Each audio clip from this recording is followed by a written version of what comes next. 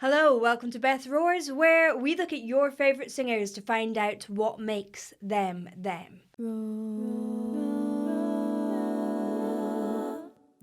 Before we start, you can find me on Facebook, Twitter and Instagram. My handle is @BethRoars, and I hold loads of votes on my Instagram, so you guys can vote on who I react to. Also, please do check out my website, bethroars.com, where you can book a singing lesson from me. And last but not least, please do head over to my Patreon, which is patreon.com/BethRoars, where you can get some more exclusive content. You can get early access to my podcast, and you can also find out a little bit more about my scholarship fund for aspiring artists. This young woman is only 18 years old, and she is the youngest ever person to sing a Bond theme and write a Bond theme with her brother. So let's listen. It's Billie Eilish.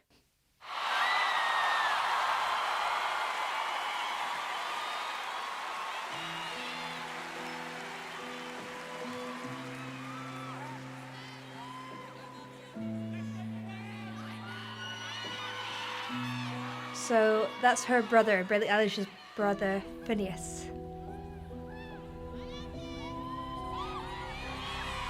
With that classic Bond progression. And you can see Hans Zimmer there as well.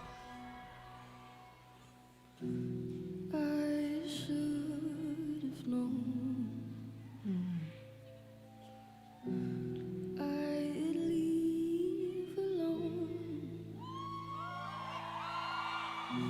Just goes to show that the blood you bleed is just the blood you owe. She is so understated, and what I love about her is that she feels incredibly modern yet extremely timeless. She pulls things from the jazz era, like singing on the consonants, going around those vowels, slides and scoops, and that big wobbly vibrato. But she also has something which is really modern, or is used a lot stylistically right now.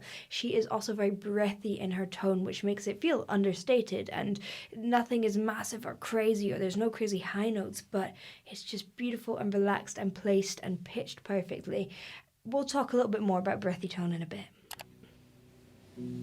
We were a pair, but I saw you there. There's that little motif. Too much to bear. You were my life, but life is far away from fair. So she's generally quite a relaxed diction sort of person, but I like how she's moving in with a little bit more diction there, so you get a little sense of that rhythm and and punches those consonants just ever so slightly. And she plays around with this sense of fluidity, which she's such a beautifully fluid singer, and then moves into this slightly more punchy sound. Now, in regards to a breathy tone, and what I mean by a breathy tone is the difference between and is that to make it healthy, it needs to be well supported. It sounds pretty supported in her voice, and I can tell that because she's switching between that breathy tone and a more supported full chord closure tone in different parts of the song. However, this breathy tone, as you can see, it has that fragility. It's kind of sexy as well, but you don't want to lose your support in that. You don't want to be like, and it gets a bit tight and too much. That's when problems can arise with your vocal health, and you don't want that to happen. So often you want to be able to find that chord closure first. You can do that by doing a little making it really buzzy on your lips, and then Now that does have a little bit more tone behind it. Now just open it up, think of a bigger space, and push a little tiny bit, only a little bit more breath through. It's just a little bit more open. You don't need that much more breath. I think that's where most of the problems come in. Was I stupid to love you? Was I reckless to help? Was it obvious to everybody else? That vibrato. that I'd fall and fall. You were never on my side. Fool me once, fool me That head voice. twice. Higher than the paradise. Now you'll never see me cry.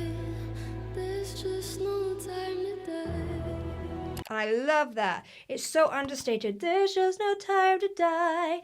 In full chord closure place where she's been so breathy the whole way through, but it just makes it more oomphy without having to be massive. It's a perfect example that you don't need to do massive big notes or big runs and riffs to make it amazing, really, because the most important thing is that you are connecting emotionally with an audience, and it kind of doesn't matter if you can do all these fancy things with your voice. If you don't connect emotionally, then it defeats the entire point of music, in my opinion.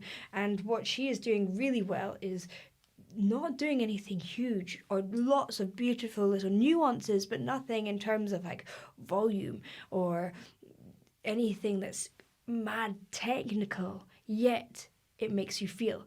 Why does it do that? Now, that breathiness, the way that her vibrato echoes the way you cry, that is something that's really important. So you hear, ah. Think about the sound that you make when you cry. Now, we have something in our brain that we call mirror neurons. When we hear or we see something that is emotional, these neurons fire up in our brain and it makes us feel that emotion. So when we hear her sound like crying, we feel that emotion of sadness.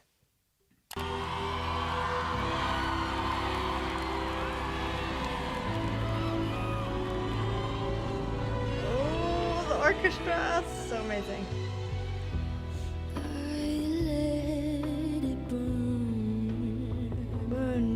Sing out the consonant. You're no longer my concern. Faces from my past return. Another lesson yet to learn that I'd fall. You've also got Johnny Marr from the Smiths on guitar there. You were never on my side. And here's this fuller tone from her. Fool me twice. Are you dead in paradise? Great chord closure here. Never see me cry. There's just no time to die. You can hear that confidence in her voice, and that she's taking away that breathy tone, or she's putting her chords together. She's getting a bit more tone behind it. So you can find that by doing a little bit that sound. Now you don't want that attack every time, but that's a great way to kind of find chord closure so that you're not always like, just no time, because that is where she is getting these little micro builds. Her subtlety of dynamics is very, very small, yet because of the way that you're drawn in by her performance, by the style, these kind of micro dynamics just make all the difference. It's constantly getting louder and softer, oozing away. No time to die. No time to The die. breaths are super lovely.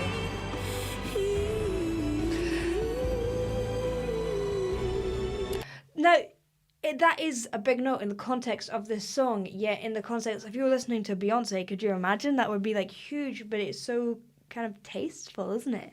Fool me once, fool me twice. Higher than the paradise. Now you'll never see me cry. There's just no time today. I like it.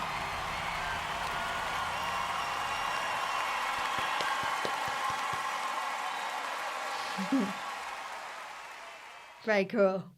I think they've made a really good choice in picking her for the Bond theme. I think she has this amazing way of drawing you in, of being understated yet dramatic at the same time, and it's very different than a lot of Bond themes where it's out there dramatic. I love how you have these little nuances that are they're so small, but they make all the difference. The way that she'll breathe into notes or breathe off notes, the way she uses breath is so unique and captivating.